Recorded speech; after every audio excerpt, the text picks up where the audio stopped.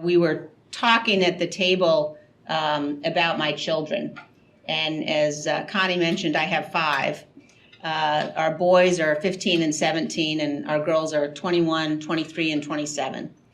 And there have been so many moments of reflection about sort of the last 16, 17, 18 months.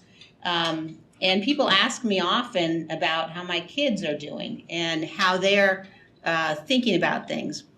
And, one thing that did occur to me today, watching the news from Ukraine, thinking about everything that we've been dealing with, is especially, I think, our younger children. And I say this to everybody in the room who has kids. The velocity of things that are happening in the world right now is something that, I think those of us who have lived through different eras politically understand how unusual this is. But I don't think our children necessarily understand that. And one of the moments that really affected me in the days just after January 6th was sitting at dinner with my husband, Phil, and our 2 sons. And we were talking about what had happened on the 6th and talking about what it meant. And as I looked at my boys, it occurred to me that for my whole life, and probably everybody in this room, for our whole lives, we have assumed that there will be a peaceful transition of power in the United States of America. And I had that thought, and I looked at my sons, and I thought, is that going to be true for them? And how critically important it is that every one of us do everything in our power to make sure that is true for all of our children. And one of the memories that stands out for me before I was elected myself was the inauguration in January of 2001. And so I'm sure many of you in the room remember what a hard-fought campaign that was. And I'll tell you a side story about that. One of the people who's become a very good friend of mine in the last several months is Jamie Raskin, Congressman from Maryland. And when Jamie and I first met, we were on the floor of the House. We were elected the same year, Democrat, obviously I'm Republican. And Jamie and I were talking, and he said to me, I'm a constitutional law professor. And I said, oh, that's wonderful. And he said, I've written some books. I said, you know what, why don't you send me? I'd love to see, one of your books. And he was very sheepish and quiet for a minute. And he said, my most recent book is about how George Bush and Dick Cheney stole the election in 2000. I said, well, I don't really need that one. You can give me one of the other ones. But I do recall very vividly sitting on the inaugural platform in January of 2001. And so, we'd gone through the 37 days and all the way up to the Supreme Court twice, and had this unbelievably hard-fought campaign that came down to a little over 500 votes in the state of Florida. And I remember sitting there and seeing Al Gore on the platform. And this was from, I remember this now from 21 years ago, and being so moved and thinking, he and the people who worked for him, they believe they won this election. And they fought as hard as we fought. And yet, here they are. Because this is the United States of America, and we have peaceful transfers of power. And that is such an important message as we think about, what is happening around the world today, as we think about what January 6th means. Certainly, it is absolutely unprecedented. And I was fully aware when I took the assignment that it was unprecedented for a Republican to take an assignment on a committee from a Democratic Speaker of the House, but I had no hesitation. I wish that we had had a bipartisan commission. I voted for that. 35 of my Republican colleagues in the House voted for that. A bipartisan commission made up of people who aren't currently members of Congress, with complete equal numbers of Democrats and Republicans in the staff. I think that would have been much better for the country. But once that was defeated, then the option became, are you going to investigate what happened the worst attack on the United States Capitol since the War of 1812, or not. And to me, there's just not a question. And I have to tell you, I am so incredibly proud every day of how this committee is operating. And I would ask you to tune out the politics, because we tune out the politics on the committee. And I have never been part of anything like that in Washington. And we are not perfect. But the extent to which on that committee our focus is recognizing, I don't think there's a single issue that I agree with Adam Schiff on. I don't think there's a single issue that I agree with most of the members on the Democratic side of the committee on, except the issue that matters more than any other issue, and that is the Constitution of the United States of America, and whether or not our elected officials are going to take their obligations seriously.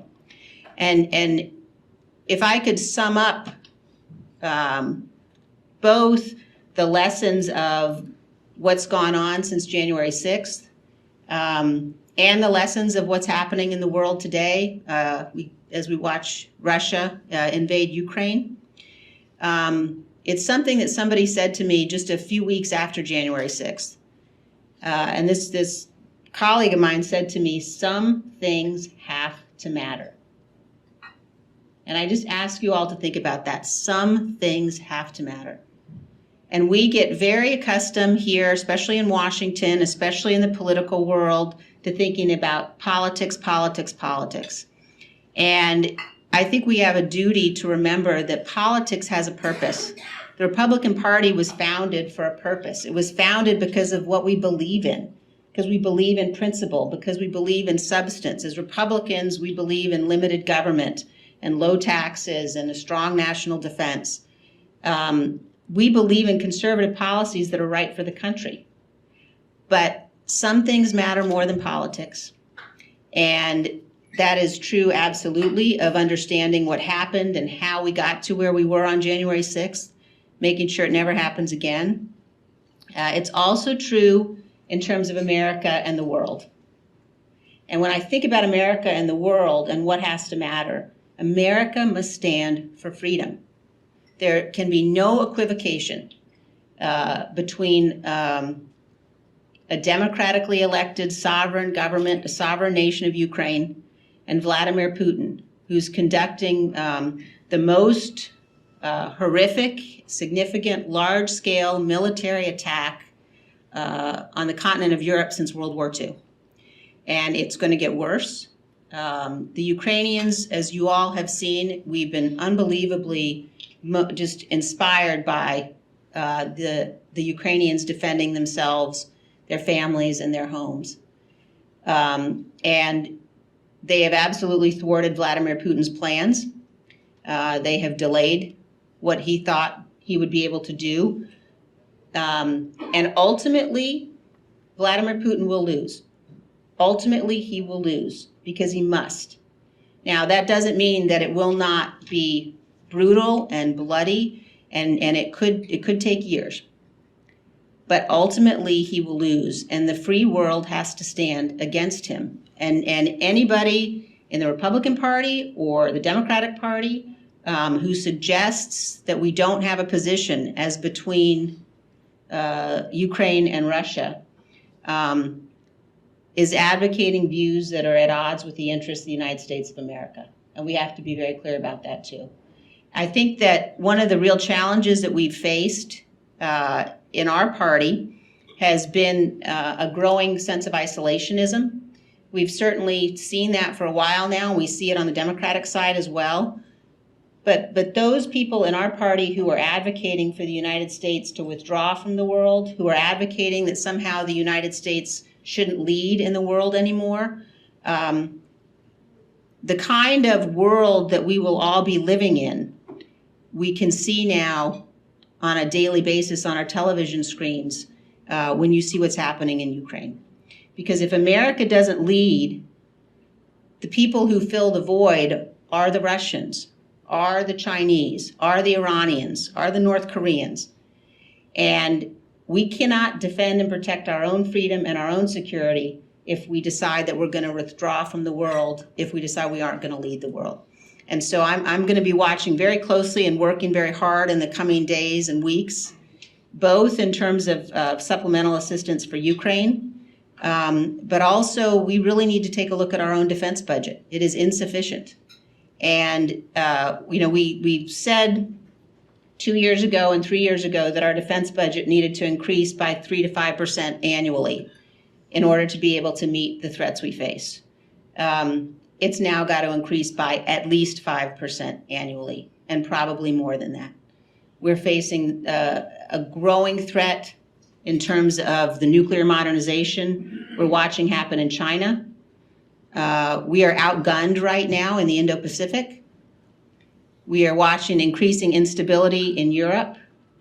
And although there has been, I think, impressive unity with respect to standing for Ukraine, I think that what the Biden administration seems to be about to do with respect to Iran and re-entering the JCPOA is a real mistake.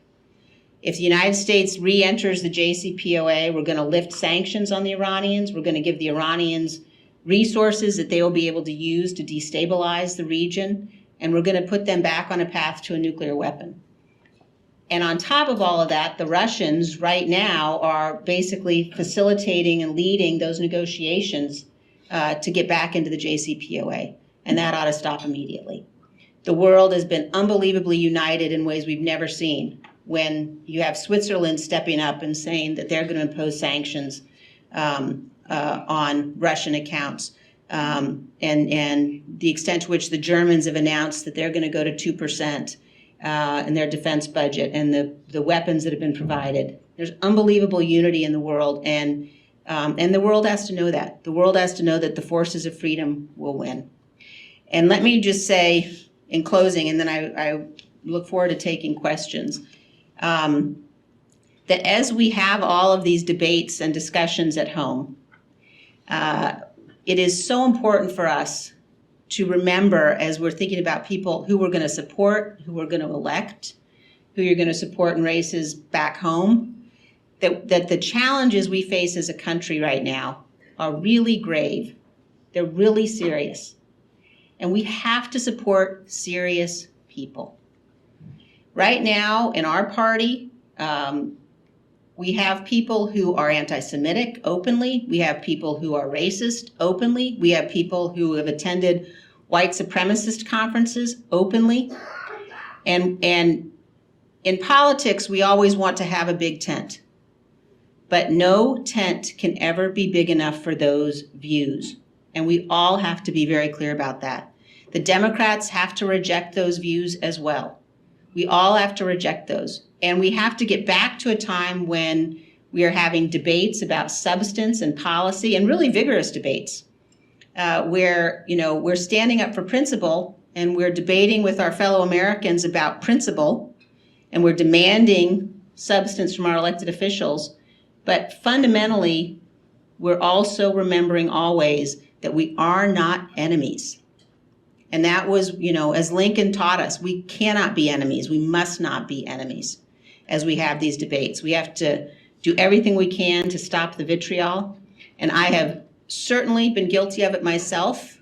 I've got many tweets that, upon further reflection, might not want to have. Some of them were pretty funny at the time, though.